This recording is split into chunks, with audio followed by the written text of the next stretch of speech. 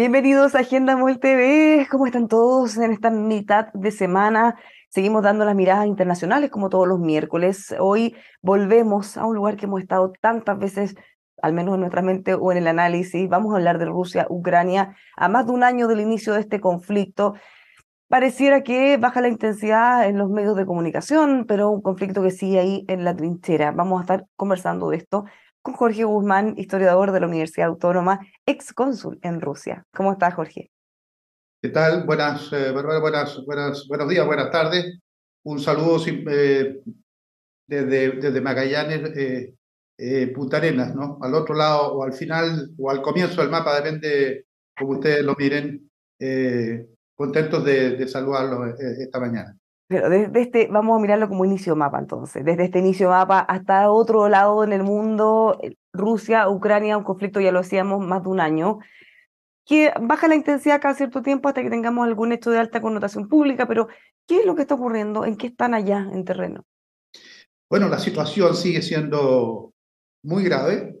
El incidente de ayer en la tarde entre dos aviones de combate rusos y un avión no tripulado norteamericano que terminó con este último derribado, después de que hubiera, por decirlo en forma muy gráfica, contacto físico entre uno de los aviones rusos y el avión norteamericano, no obstante que los rusos lo han negado, pero parece que existe en el momento en que los norteamericanos lo crean conveniente un video que se va a poder ver.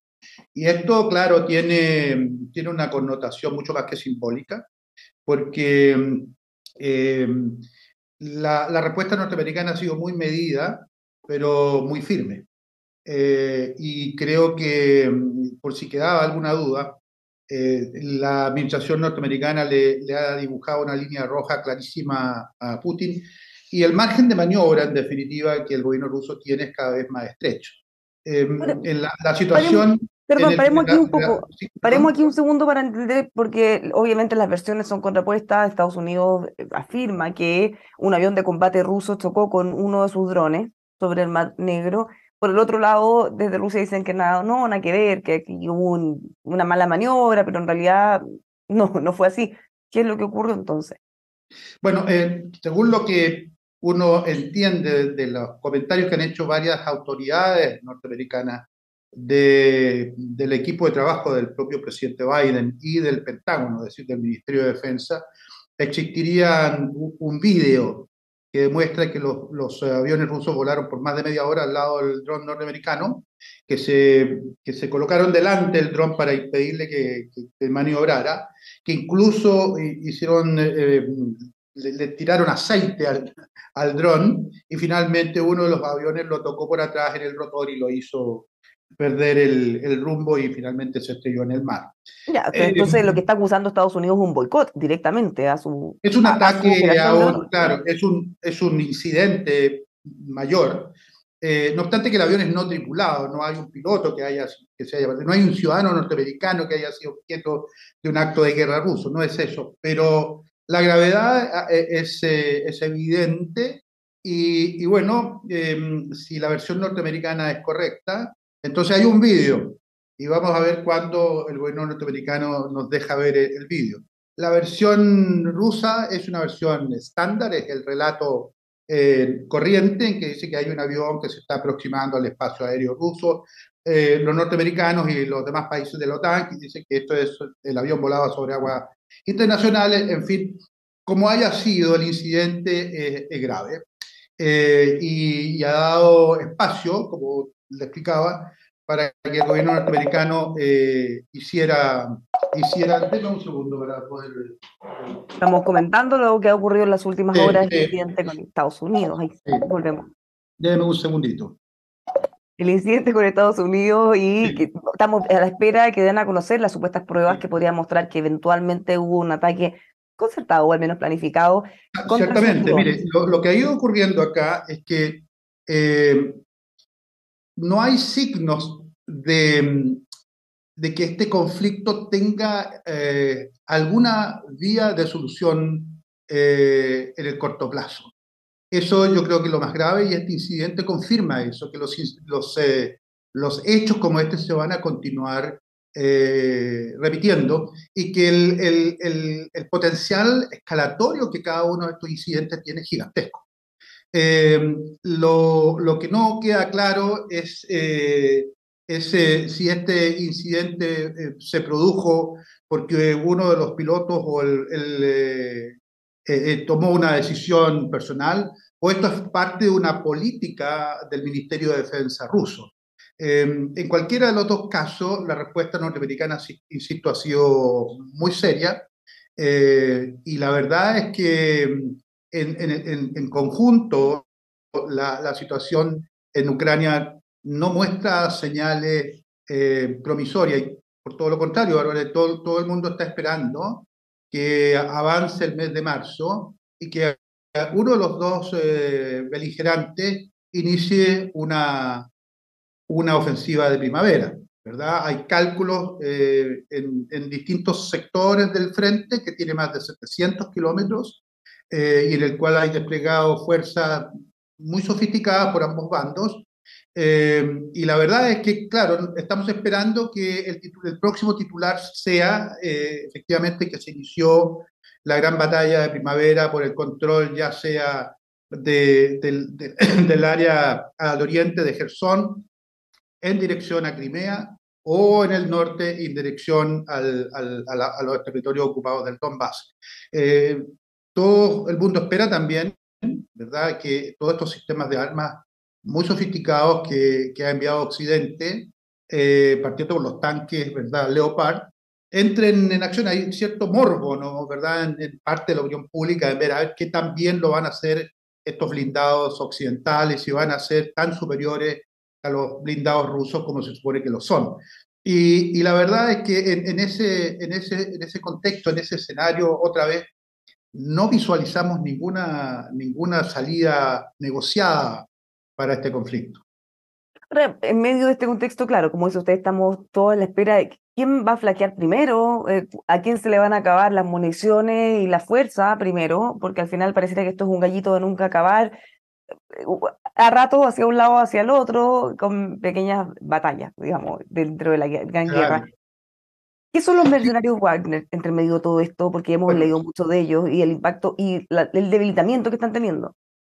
ese es otro tema muy interesante, porque Wagner es una empresa privada, y es el ejemplo ruso de la privatización de la guerra, un modelo que es antiquísimo, ¿verdad? En la antigüedad los mercenarios existen desde la antigüedad, pero en este caso este es un personaje, ¿verdad?, ligado a Putin desde su juventud, un tipo que estuvo preso varias veces, y que curiosamente durante el periodo en que Putin ha sido presidente ruso, este hombre se transformó en un multimillonario y entonces tiene un ejército que algunos calculan de 40.000 soldados, que son mercenarios, pero también en el último año se ha ido incorporando gente que venía de las cárceles y que las están enviando al frente de batalla sin mucha más preparación.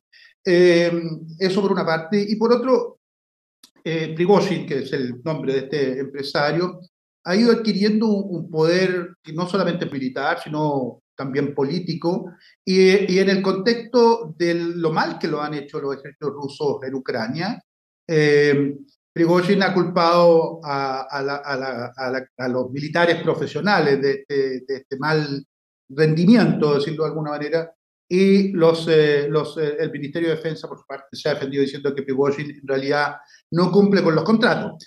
Como sea, la verdad es que allí hay una situación de división dentro de Rusia, y parecería que por el momento Prigozhin no es el favorecido de Putin.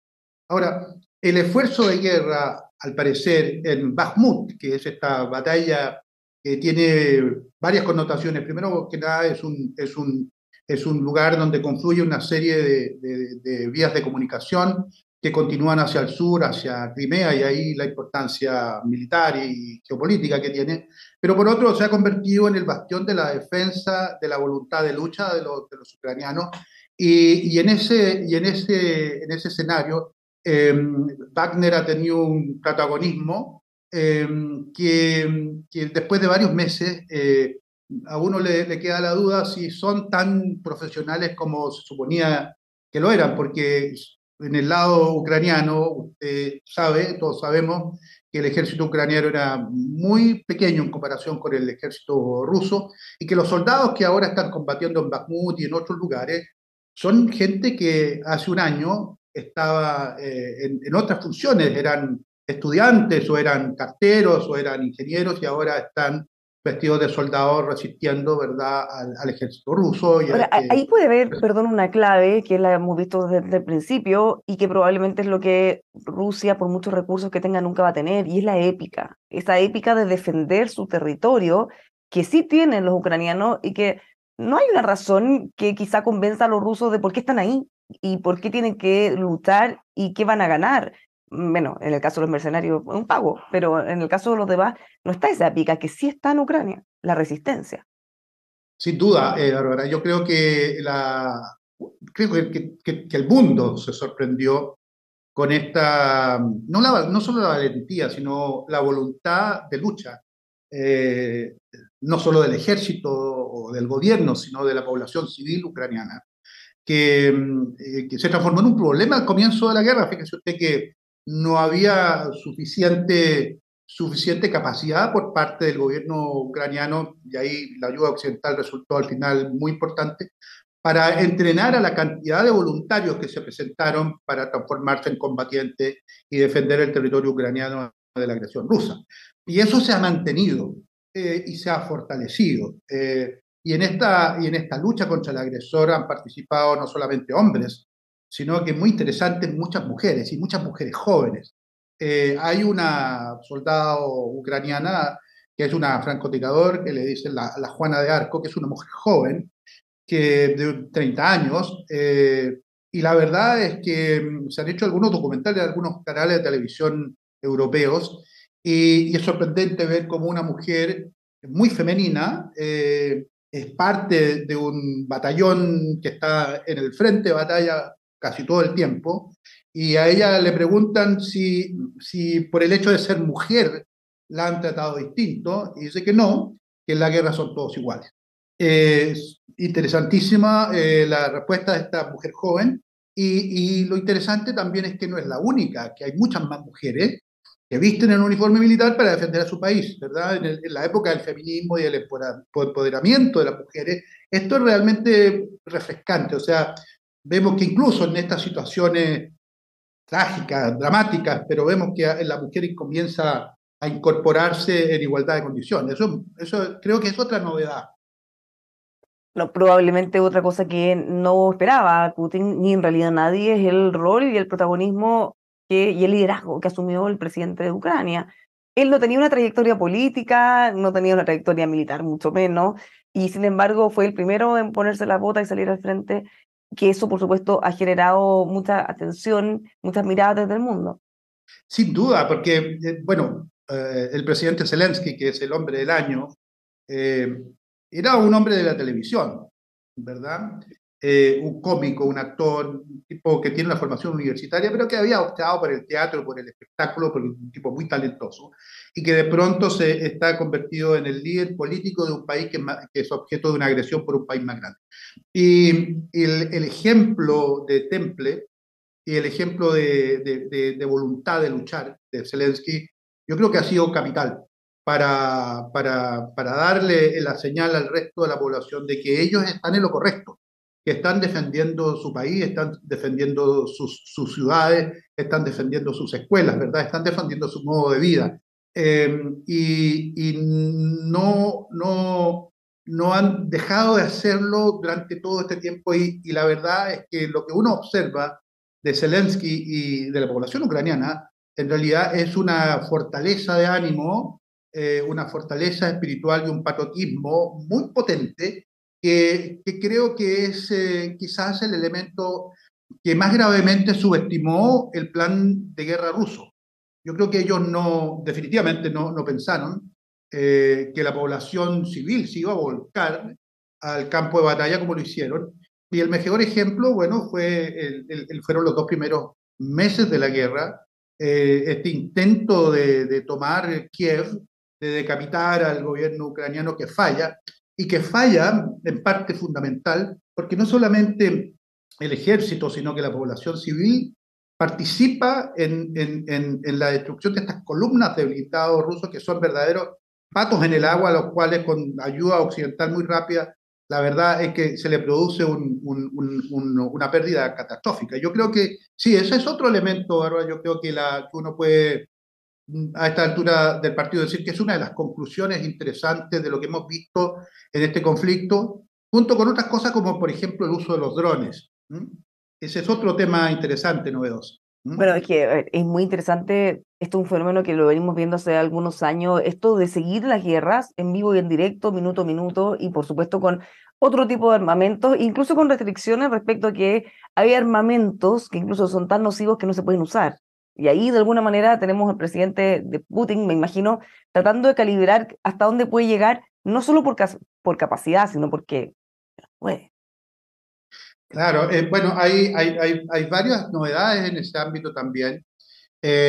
Primero, lo mal que lo han hecho los sistemas de armas rusos, particularmente los blindados y no solamente los tanques, en donde las pérdidas son catastróficas.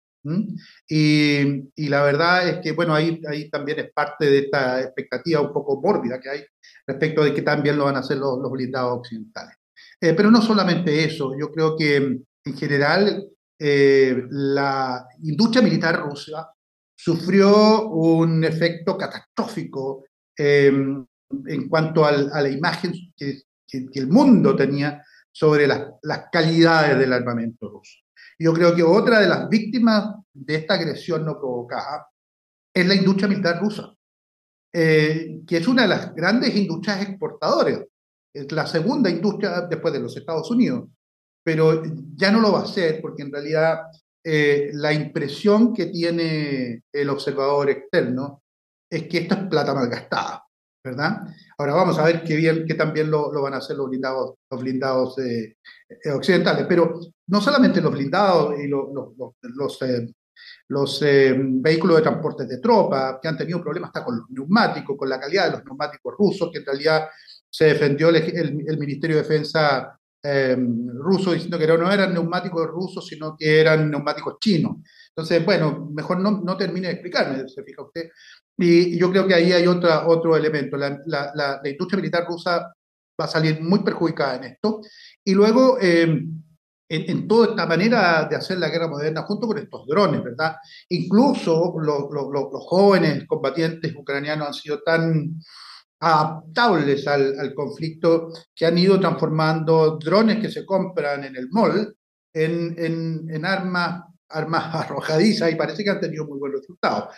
Y después de eso, una serie de armas portátiles, por decirlo de alguna manera, los famosos Javelin, los Enlow británicos y los Carl Gustav suecos, que en realidad han demostrado que con pequeños grupos de soldados bien entrenados y bien decididos, la verdad es que el efecto que pueden producir sobre un país que posee grandes divisiones de blindados es catastrófica. Eso también lo hemos visto acá. Y lo último que a lo mejor se podría decir en esto es que en general el plan de batalla ruso es un plan de batalla de otro siglo, ¿verdad? La doctrina militar rusa no cambió desde el fin de la Guerra Fría. Le pasó un poco lo que le pasó a los norteamericanos, acuérdese usted, en Vietnam, cuando empezaron a desembarcar estos tanques que se habían usado en la Guerra de Corea y en la Segunda Guerra Mundial, y los vietnamitas estaban escondidos en medio de la jungla, un tanque allí no sirve para nada.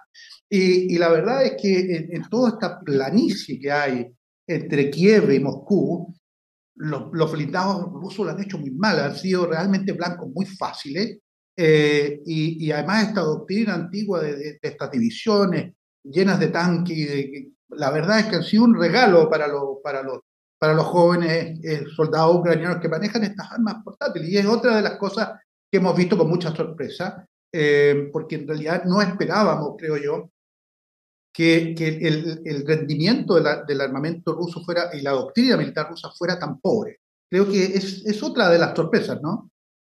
en un principio, dado que la apuesta era que esto iba a ser una cosa muy rápida, de solo unos días y se acababa, bueno, da la impresión de que no había una estrategia para un plan mayor que tenía que durar tanto tiempo, pero pasa un año y todavía pareciera que no está esa estrategia, o que al final hacen algunos ataques aislados, pero no pareciera haber un plan de guerra, una planificación más allá de los ataques puntuales.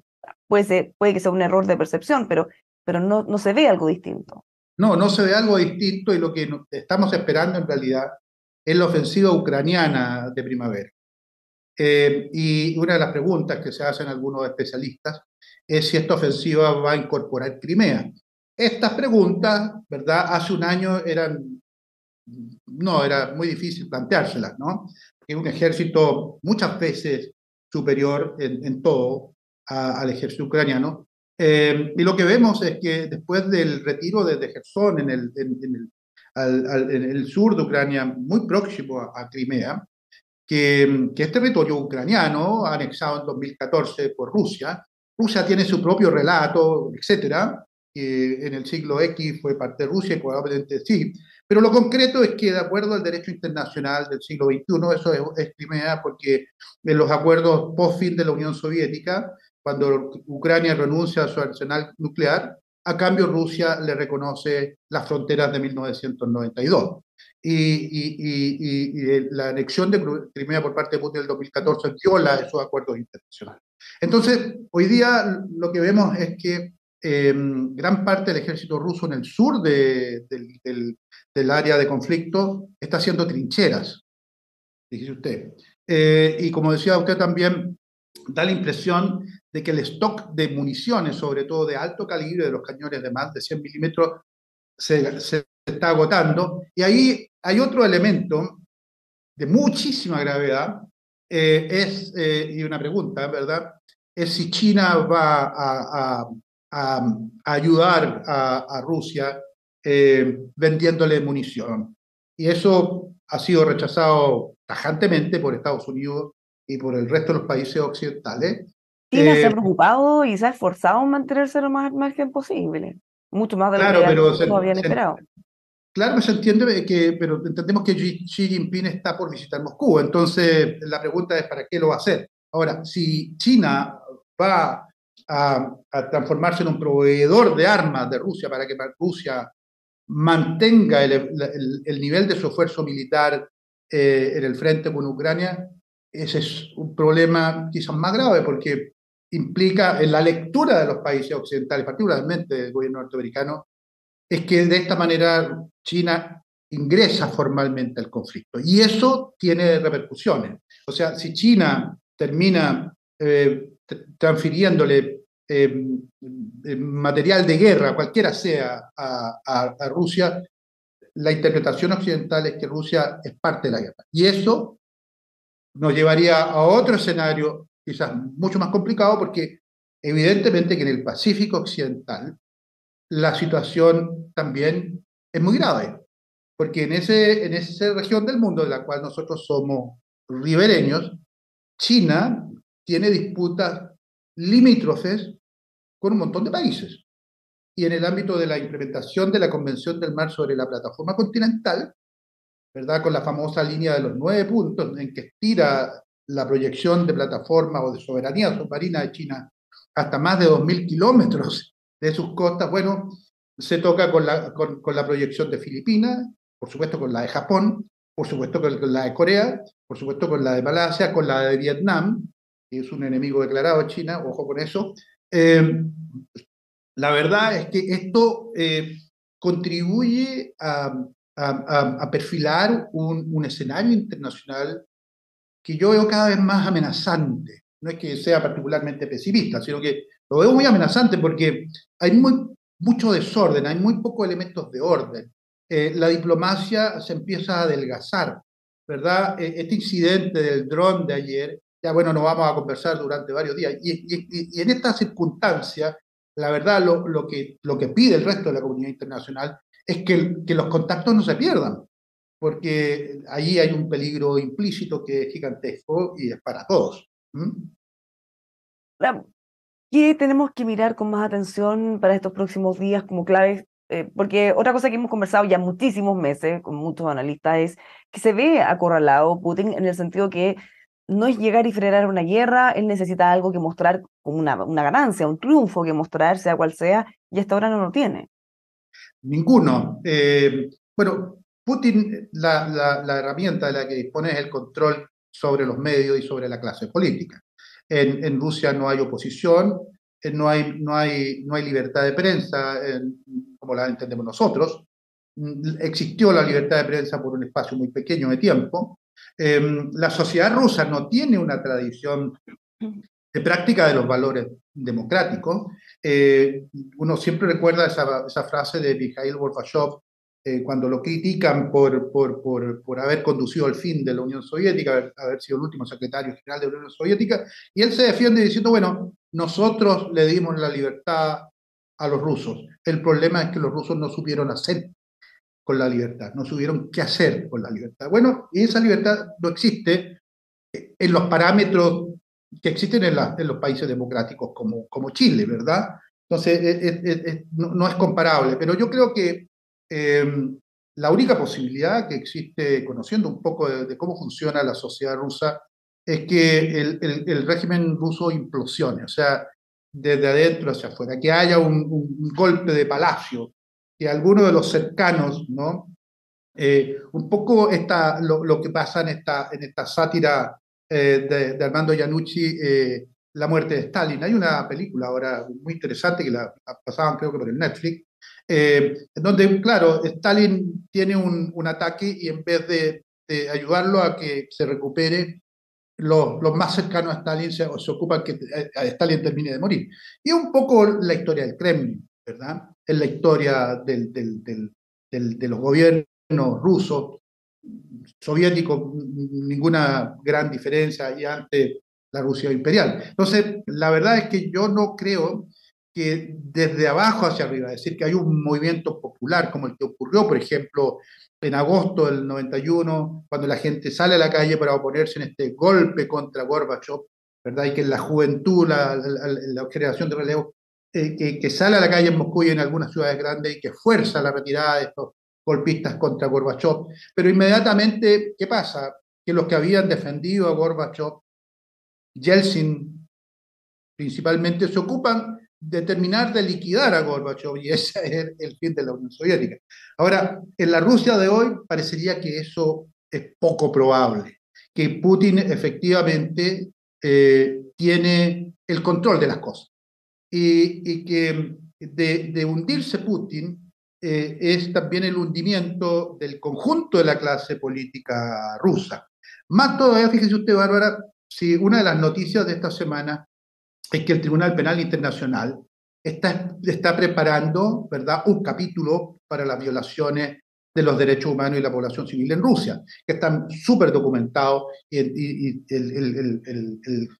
fiscal del tribunal dijo a comienzos de esta semana que ya estaban casi listos los recursos contra los primeros acusados del ejército ruso de violaciones contra los derechos humanos, crímenes contra la humanidad en Ucrania. Entonces, esto va a terminar de consolidar este cerco en el que se metió Putin y Rusia, porque Rusia nada más se está consolidando como un país paria, un país con muy pocos amigos y con amigos de reputación muy, muy, muy discutible, ¿verdad? Irán o Siria, algunas dictaduras africanas, Nicaragua, ¿verdad? Esos son los amigos de Rusia. Pero el problema es que Rusia tiene dos condiciones que la hacen importante. Primero, su arsenal nuclear y segundo, que es miembro permanente del Consejo de Seguridad. Entonces, yo creo que por allí está la fortaleza que le va quedando a Rusia y creo que si esta guerra en Ucrania va a ser una guerra de desgaste, esto se va a alargar hasta que se termine de desangrar las capacidades que Rusia tiene para mantener el esfuerzo bélico, pero no creo que la gente en Rusia vaya a protagonizar ningún cambio. Muchísimas gracias, Jorge, por conversar con nosotros. Ya lo hemos visto, este es un tema que tiene muchas complejidades, muchas aristas que todavía no sabemos muy bien cómo va a terminar. No siempre sabe cómo parte, pero no cómo termina. Que tenga una muy buena semana. Muchas gracias de nuevo. Gracias a ustedes. Un saludo desde Punta Arenas. Ya, pues, muchas gracias. Un saludo desde la región metropolitana al mundo. En este caso, vamos a seguir abordando este y todos los temas internacionales los miércoles aquí en emol.com.